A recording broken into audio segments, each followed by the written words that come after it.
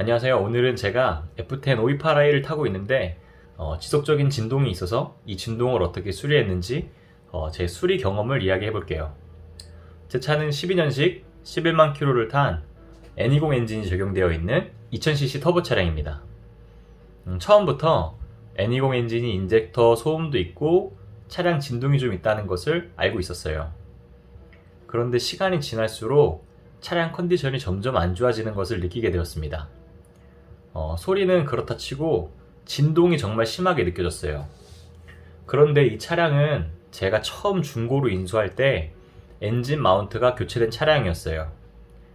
엔진 마운트가 교체되고 제가 2만 킬로 정도 탔는데 진동이 올라온다. 그래서 다른 부분에 문제가 있나 싶어서 여러 업체를 가서 점검을 의뢰했습니다. 증상은 이게 차가 파킹 시에는 큰 진동이 없는데 이상하게 드라이브와 R 이렇게 넣으면 진동이 심해지는 부분이 있었습니다. 그래서 혹시 점막 코일과 플러그가 문제인가 싶었는데 업체에서는 그 부분이 문제가 생기면 RPM이 오르고 내리고 하는 증상이 있다 라고 해서 그 부분은 특별히 문제가 없다라고 점검을 해줬습니다. 그런데 저는 차량인 연식도 있고 하니까 점막 코일과 플러그를 교체를 했어요. 결과는 어땠을까요? 증상이 나아지지 않았습니다. 특히 아침에 출근을 위해서 냉간시에 시동을 걸고 드라이브를 넣거나 R을 넣으면 차가 진짜 심하게 떨었어요. 그리고 다시 파킹을 넣거나 N을 넣으면 차량이 떨지 않았고, 그렇게 이제 주행을 하다가 이제 엔진의 온도가 어느 정도 올라가면 좀 진동이 적어졌어요. 그리고 이제 신호대기를 위해서 정차를 하면 진동이 없을 때가 있고 갑자기 드르륵 드르륵 떨 때가 있고 자기 마음대로였습니다. 그러니까 증상이 개선되지 않았어요. 그래서 선택한 방법이 혹시 엔진 마운트가 전차주가 정품이 아닌 OEM으로 교체했나 싶어서 정품으로 엔진 마운트와 미션 마운트를 구매를 해서 교체를 의뢰했습니다. 근데 교체하기 전에 사장님이 이렇게 마운트 상태를 봤는데 아무리 OEM이라고 하지만 상태가 너무 좋다. 그래서 그 정도로 진동이 심하다는 거는 이 엔진 마운트는 아닐 것 같다라고 진단해 주셨는데 이것도 제가 그냥 무시하고 그냥 교체를 했습니다. 결과는 처음에는 좀 나아지나 싶었어요. 그래서 역시 고무류는 정품을 써야겠다라는 생각을 했는데 시간이 조금 지나니까 다시 그 불쾌한 진동이 올라왔습니다. 그것도 처음보다 더 심해진 것 같았어요. 그래서 고민을 하다가 혹시 프로펠러 샤프트에 결합되는 플렉시블 조인트, 흔히 연탄 부싱에 크랙이 있을까 해서 다시 이 부분을 점검했습니다. 하지만 이 부분은 제가 크게 신경을 쓰지 않은 게 제가 처음 차를 인수했을 때 이 플렉시블 조인트는 제가 직접 교체했었어요. 그래서 큰 문제가 없을 거라고 생각했는데 역시나 이 부분은 크랙도 없고 큰 문제가 없었습니다. 그러면 RPM에 문제가 있나?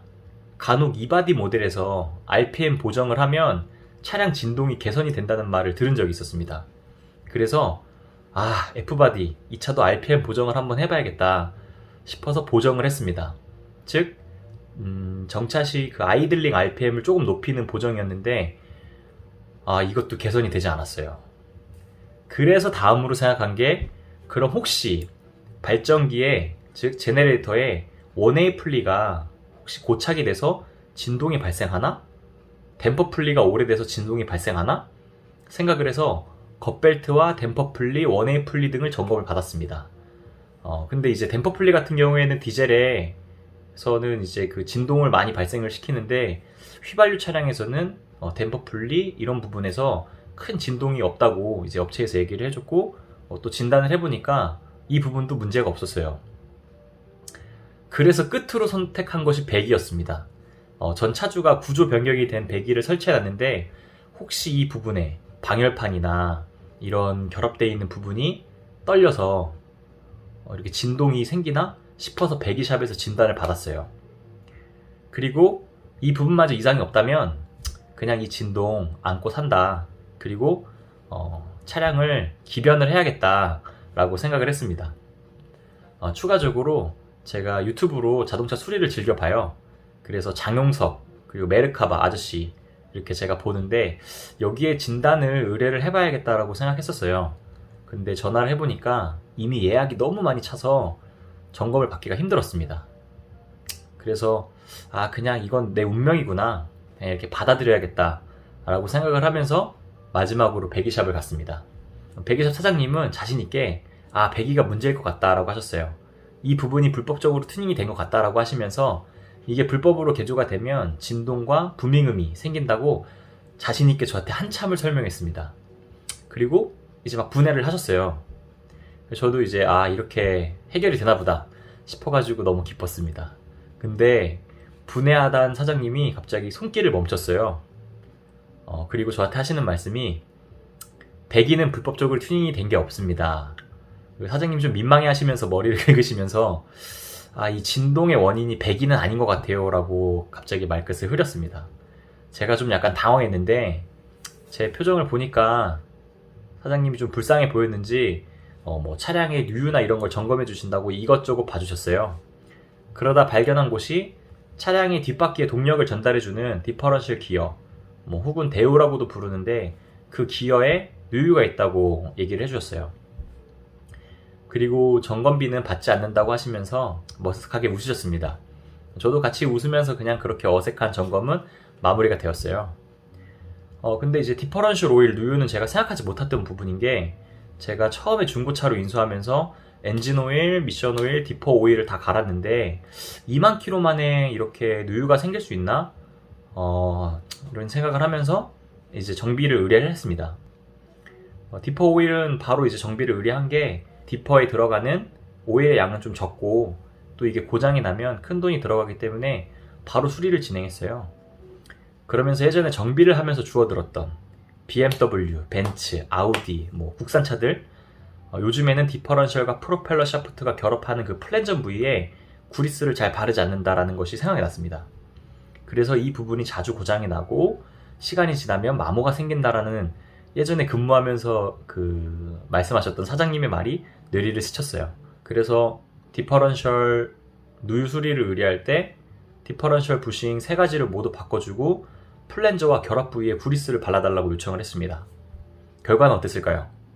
수리가 끝나고 차량을 인수받았는데 마법처럼 진동이 사라졌습니다. 엔진 마운트와 미션 마운트, 점화 코일, 플러그, 겉벨트, 댐퍼 풀리, 제네레이터 1A 풀리, 배기 등 모두 점검을 받았는데 사라지지 않았던 진동이 사라졌습니다. 어떤 이유 때문일까요? 누유로 인해서 디퍼런셜 오일 양이 감소해서 진동이 생겼을 수도 있고, 아니면 제가 교체를 했던 디퍼런셜 오일의 규격이 잘못됐을 수도 있고, 플랜저 부위에 구리스를 발라서 진동이 사라진 것일 수도 있습니다. 혹시 지금 차량이 엔진 마운트도 교체했는데 또 RPM의 변화도 없는데 D와 R에서 진동이 생기고, 그리고 주행을 하다가 정차 시에 간헐적으로 진동이 느껴진다면 디퍼런셜 오일과 플랜저 부분에 구리스를 한번 발라보세요. 그러면 좋아질 수도 있지 않을까 하는 생각이 들어서 이렇게 영상을 남겨봤습니다.